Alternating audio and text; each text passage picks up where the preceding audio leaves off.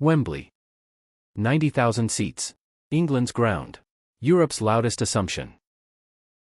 Japan won. Without Endo. Without Kubo. Without Minamino. Without Tomiyasu. That is not only a result. That is evidence. A few days earlier, Japan had beaten Scotland. Before that, they had come from 2-0 down to beat Brazil. Not through noise. Not through chaos. Through structure. For years, Europe saw Japan as technical, disciplined, dangerous on the right night.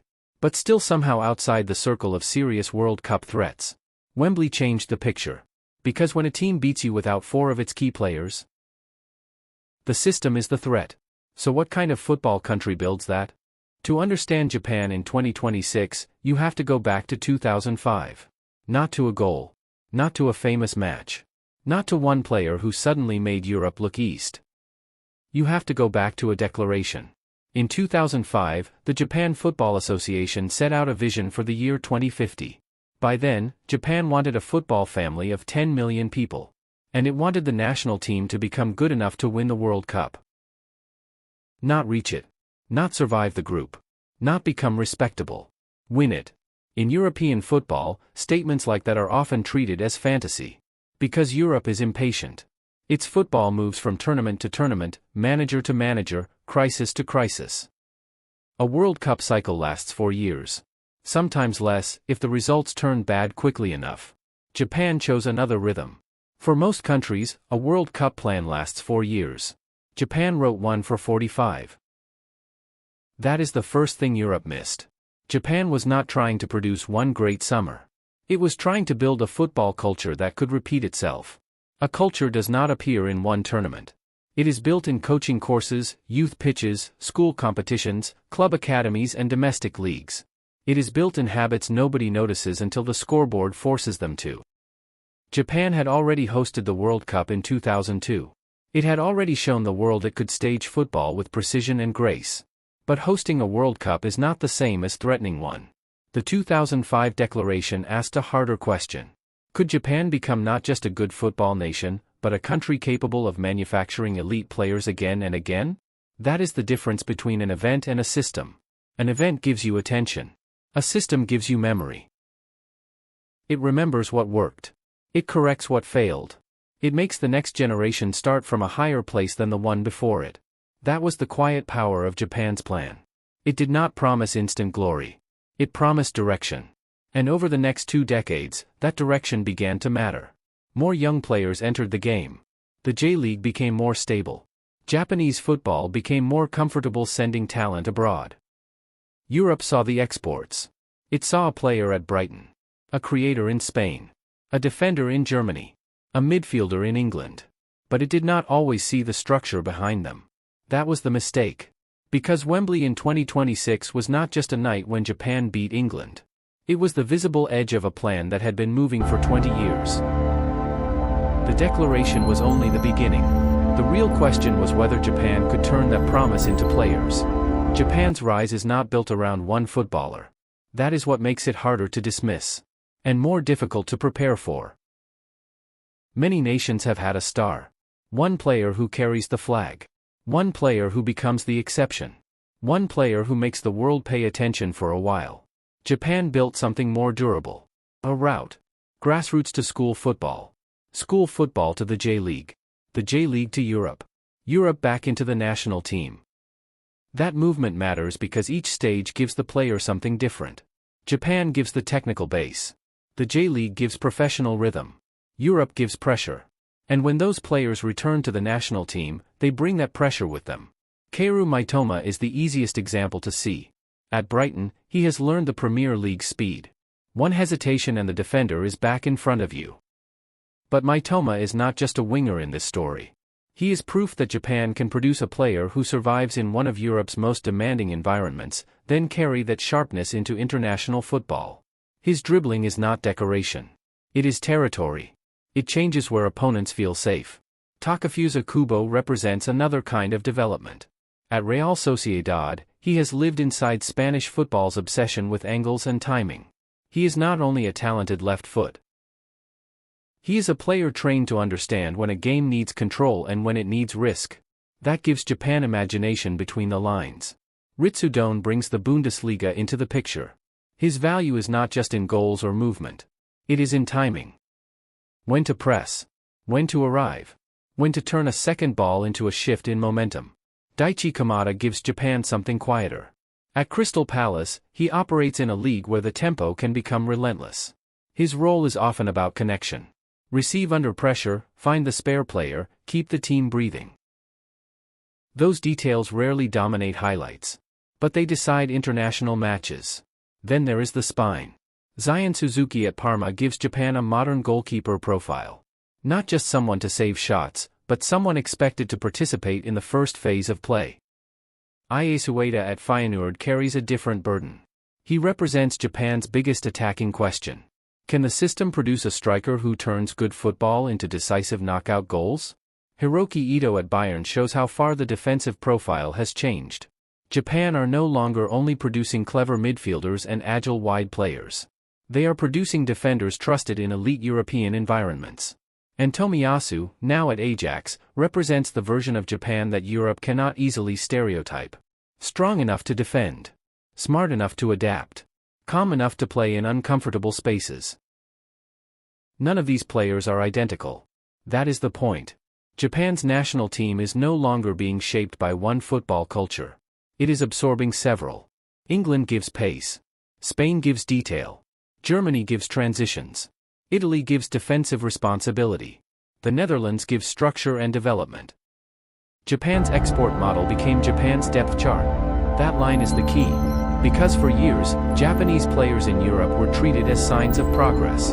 Now they are part of the operating system. One player goes abroad. Another follows. The next generation sees the road as normal, not exceptional. That is when development becomes dangerous.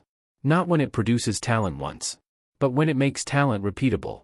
And in football, repeatable talent eventually demands proof. For Japan, that proof came against the nations Europe still uses to measure itself. In Qatar, Japan changed how Europe had to look at them. They beat Germany 2-1. Then they beat Spain 2-1. Not in friendlies. Not in preparation. At the World Cup. Those results did not make Japan world champions. But they did something important. They proved Japan could disturb the rhythm of countries that saw themselves as football's reference points. Germany had the history. Spain had the ball. Japan had the patience. Against Germany, they absorbed pressure and overturned the match. Against Spain, they survived long periods without possession and still found the moments that mattered. Europe did not see domination. It saw disruption. And that mattered more. Japan were not trying to win an argument about possession. They were trying to win the match. Then came Brazil. Japan went 2-0 down. Against Brazil, that kind of scoreline can feel like a border. Many teams do not cross it. Japan did. They came back to win 3-2. It did not make them complete. But it changed what opponents could assume was safe. A 2-goal lead was not safe. A famous shirt was not safe. The old hierarchy was not safe. Then came Scotland. Then England. Then Wembley. And this is where the evidence became hardest to ignore. Japan beat England 1-0 without Endo, Kubo, Minamino and Tomiyasu. Let that sit for a moment. When a national team loses 4 players of that importance, the explanation is usually ready. The rhythm is missing. The experience is missing. The plan is thinner than it should be. Japan did not look thin. They looked rehearsed. That is where Hajime Moriyasu matters. His 3-4-2-1 is not important because it looks modern on a tactics board. It is important because it gives Japan protection, width and connection at the same time. The back 3 protects central areas. The wingbacks manage the outside lanes. The 2 players behind the striker connect midfield to attack without leaving the team exposed. Out of possession, Japan can shrink the pitch. The distances become tight. The center becomes crowded. The opponent is invited wide, where attacks are easier to slow and easier to trap. Against England, this mattered. Without Kubo, Japan lost one of their most creative players between the lines. Without Endo, they lost one of their most reliable sources of control. Without Minamino, they lost experience and timing in the final third. Without Tomiyasu, they lost elite defensive security. So they did not replace them with one player each. They replaced them with shape. With spacing. With discipline. With collective timing. That is the difference between a team dependent on names and a team protected by structure. England had the stadium. England had the expectation. England had the familiar power of playing at home. Japan had the distances. When England tried to build centrally, Japan narrowed the route. When England went wide, Japan shifted together. When space appeared, Mitoma gave them the outlet. At Wembley, Japan did not need a perfect team to beat England. They needed a functioning system. That is the part Europe should take seriously. Because one result can be explained away. Two can be debated. But Germany, Spain, Brazil and England begin to form a pattern. Different matches. Different conditions. Same direction. Japan are no longer asking whether they belong in these games. They are entering them with a plan. But plans do not remove weaknesses. They only hide them until the pressure is high enough. And Japan still have cracks. This is where the story has to slow down. Because Japan are dangerous. But they are not complete. The first concern is Tomiyasu. When he is fit, he changes Japan's defensive ceiling. He can defend wide spaces, read danger early, cover across the back line, and calm matches that begin to fracture. But his availability has often been uncertain. For Japan, that matters. In knockout football, one defender can change everything. Not with a tackle everyone remembers. But with the position that prevents the chance from existing at all. If Tomiyasu is missing, Japan lose more than a name. They lose a layer of security. The second concern is Endo. Endo is not just a midfielder. He is structure. He wins second balls. He protects the center. He gives Japan the kind of resistance that lets the rest of the team stay connected. Without him, Japan can still function. Wembley proved that. But functioning is not the same as controlling a World Cup knockout match against an elite midfield. There are games where the decisive action is not a goal or an assist. It is the duel that prevents one more wave of pressure. The third concern is the number 9. Japan have creators. They have wide threats. They have midfielders who can receive under pressure and combine quickly. But they still do not have a universally recognized world-class center forward. Iesu Ueda may be part of the answer. His movement is intelligent. His finishing can be sharp. But the question remains. When the opponent sits deep, protects the box, and denies transition space, who turns one half chance into a World Cup goal? That is the low block problem. Japan can be excellent when games open. They can be excellent when opponents leave grass behind them. They can be excellent when the match becomes transitional. But knockout football is not always open. Sometimes it is narrow, stubborn, unromantic. A compact opponent can turn Japan's speed into circulation. It can force Mitoma and Kubo to receive with two defenders close. It can ask Japan to win with patience and penalty box authority. That question has not disappeared. Iran showed it in 2024. At the Asian Cup, Iran beat Japan 2-1 in the quarterfinal. It was not proof that Japan's project had failed. It was proof that pressure still exposes them. Physical pressure. Emotional pressure. Tournament pressure. Iran made the match uncomfortable. And uncomfortable matches decide international reputations. Then there is the deeper wound. The round of 16. Japan reached it in 2002. They reached it again in 2010. Again in 2018. Again in 2022. Each time, the quarterfinal remained just beyond them. In Qatar, after beating Germany and Spain, Japan faced Croatia. And then came penalties. A penalty shootout is not just technique. It is memory. It is breathing. It is a country's hope reduced to a few steps and one strike of the ball. Japan missed. Croatia advanced. And the story stopped in the same place again. That was not failure in the simple sense. It was pain with evidence attached. Japan had shown they could beat giants. They had shown they could adapt. They had shown they could suffer and survive and overturn matches. But they had not shown they could cross the final psychological border. The system had taken them to the door. It had not taken them through it. So 2026 is not only about whether Japan are good enough. That question has already changed. The real question is whether they are ready for the moment that has always refused them. So is 2026 finally different? The answer is not simple. But it is no longer dismissible. Japan arrive with something they have not always had at the same time. Depth, experience, tactical identity, and players shaped by Europe's strongest leagues. That matters. Because World Cups are not only shaped by the best 11 names on a team sheet, they are shaped by absences, by fatigue, by suspensions, by the ability to keep the idea alive when the first plan breaks. Japan have already shown they can do that. Wembley was the evidence. But to break the round of 16 barrier, they need more. They need Tomiyasu, or someone like him, to give the defense authority when the game becomes unstable. They need Endo's role protected, whether by Endo himself or by a collective solution. They need a striker to turn good structure into decisive scorelines. They need answers against low blocks.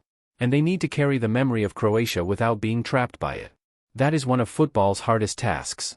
You have to remember enough to learn. But not so much that you freeze. For European teams, Japan are now a different kind of opponent. They are not a romantic outsider. They are a tactical problem. Teams who dominate possession should be careful. Teams who push their fullbacks high should be careful. Teams who believe territory alone will wear Japan down should be careful. The Netherlands, especially, should understand the risk. A European side with structure, ambition and attacking width can still leave the spaces Japan want most. If the game stretches, Japan can live there. If the favorite grows impatient, Japan can wait. If the match becomes emotional, Japan can find the gap. Because the mistake Europe can no longer make is to treat Japan's best results as isolated events. Germany was evidence. Spain was evidence. Brazil was evidence. Wembley was evidence. Different matches. Different pressure. Same direction. The 2050 declaration once sounded distant. But football plans do not always mature on the date written at the top of the page. Sometimes they arrive early. That may be the real story of Japan in 2026. Not a country suddenly appearing. Not a team catching fire for one summer. But a system becoming visible at the exact moment the rest of the world has to notice it. Japan's 2050 dream was never really about 2050. It was about building a country that could arrive early. And if Japan beat a European giant in 2026, will we still call it a shock? Or will we admit the evidence was already there?